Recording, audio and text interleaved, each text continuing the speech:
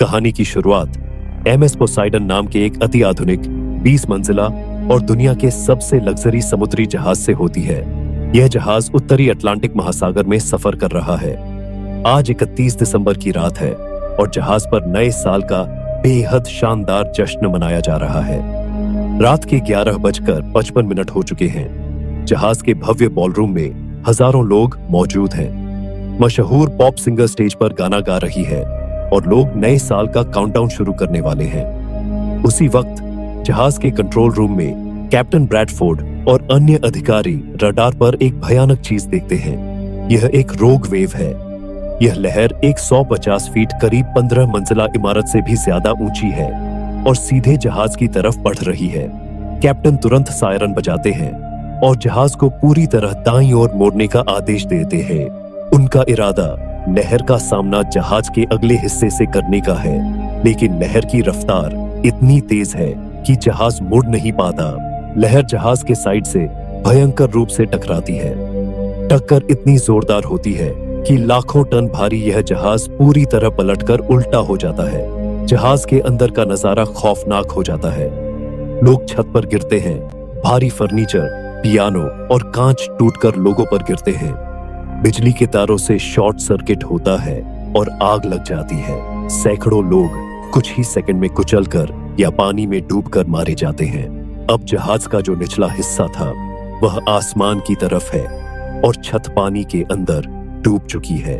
हादसे के बाद मुख्य बॉलरूम को सील कर दिया जाता है। वहां मौजूद कुछ 100 लोग बच जाते हैं।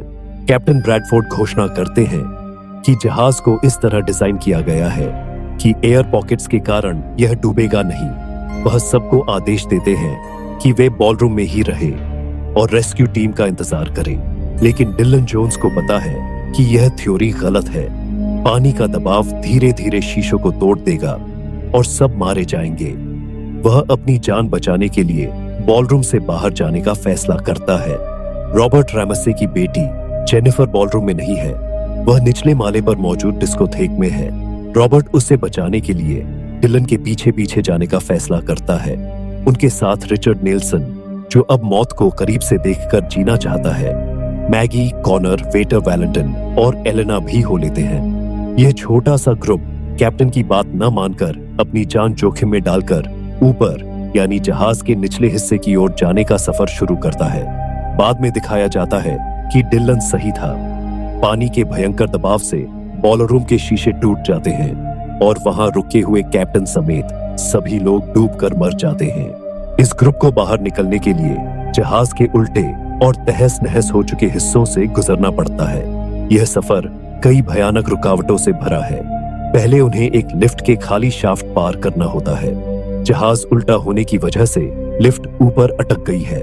जब वे एक एक करके शाफ्ट पार कर रहे होते हैं तब लिफ्ट टूटने लगती है।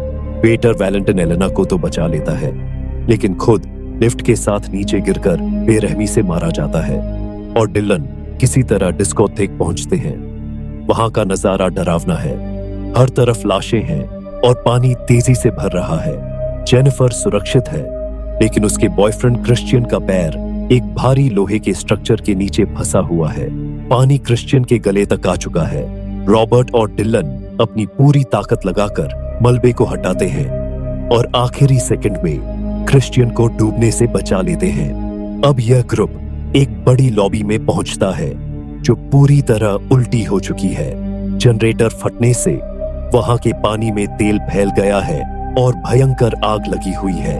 उन्हें इस आग के ऊपर से एक संकरे लोहे के पुल और तारों के सहारे गुजरना पड़ता है। आगे का रास्ता बंद होने के कारण उन्हें एयर कंडीशनर के वेंटिलेशन से रेंग कर जाना पड़ता है। रास्ता बहुत संकरा है। अचानक जहाज थोड़ा और डूबता है और पाइपों में पानी भरने लगता है। वे लोग पानी में लगभग डूब ही गए थे, लेकिन नेल्सन अपनी सूझबूझ से एक जाली को तोड़ देता है और सभी बाल बाल बचते हैं। आगे बढ़ने के लिए उन्हें एक ऐसा रास्ता पार करना पड़ता है जो पूरी तरह पानी से भर चुका है। उन्हें एक छोर से दूसरे छोर तक पानी के अंदर तैर कर जाना है। एलेना को तैरना नहीं आता। वह पानी के अंदर घबरा जाती है और उसका कपड़ों का हार एक तार में बुरी तरह उलझ जाता है। नेल्सन उसे छुड़ाने की बहुत कोशिश करता है, लेकिन वह पानी के अंदर दम घुटने से तड़प तड़प कर मर जाती है। नेल्सन को इस बात का गहरा सदमा लगता है। बोथ रस्टर रूम और एक पिता का महान बलिदान, सभी मुसीबतों और मौतों को पार करते हुए बचे हुए 6 लोग Dylan, Robert, Jennifer, Christian, Nelson, Maggie और कॉनर जहाज के सबसे आखिरी हिस्से बोथ रस्टर रूम तक पहुंच जाते हैं। यह वह जगह है जहां जहाज के विशालकाय प्रोपेलर यानी पंखे लगे हैं जो बाहर समंदर की तरफ खुलते हैं। बाहर निकलने का यही इकलौता रास्ता है।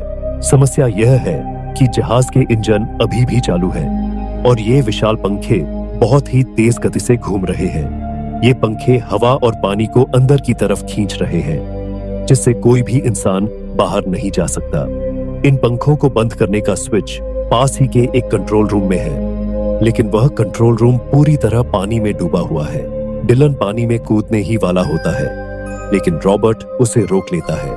रॉबर्ट जानता है कि क्रिश्चियन घायल है और अब जेनिफर को डिलन जैसे मजबूत इंसान की जरूरत होगी जो उसे बाहर निकाल सके। रॉबर्ट डिलन को धक्का देता है और खुद गहरे पानी में कूद जाता है। रॉबर्ट तैरते हुए कंट्रोल रूम में पहुंचता है। उसका दम घुटने लगता है। वह बटन दबाने की कोशिश करता है, लेकिन ऑक्सीजन की कमी से उसकी आंखें लाल हो जाती हैं और वह बेहोश होने लगता है। अपनी आखिरी टूटती हुई सांसों में वह अपनी बेटी जेनिफर का चेहरा याद करता है। वह क्रिश्चियन द्वारा जेनिफर को पहनाई गई सगाई की अंगूठी को देखता है और समझ जाता है कि उसकी बेटी अब सुरक्षित हाथों में है।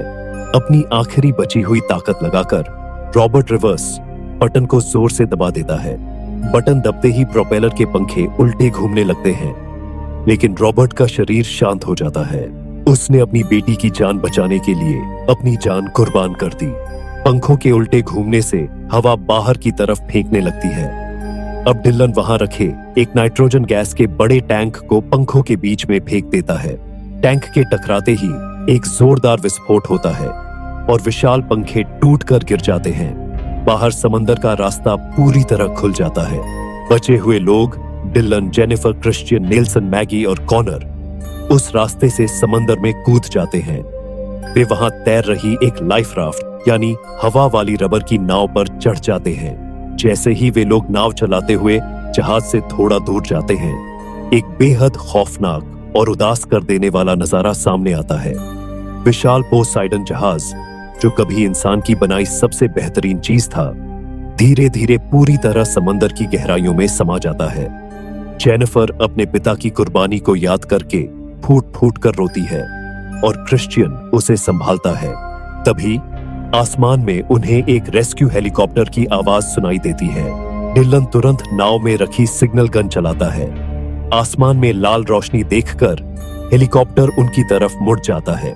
फिल्म इसी दृश्य के साथ समाप्त होती है कि यह छोटे से ग्रुप ने मौत को मात दे दी है। रॉबर्ट का किरदार साबित करता है कि एक माता पिता अपने बच्चे की जान बचाने के लिए अपनी जान देने से भी पीछे नहीं हटते। डिलन, जो शुरुआत में एक स्वार्थी जुआरी था, वह विपत्ति के समय एक सच्चा लीडर बन जाता है और दूसरों की जान बचाता है। नेल्सन जैसे किरदार, जो शुरुआत में आत्महत्या करना चाहते थे, अंत में सबसे ज्यादा संघर्ष करते हैं, क्योंकि मौत सामने होने पर ही जिंदगी की असली कीमत समझ में आती है।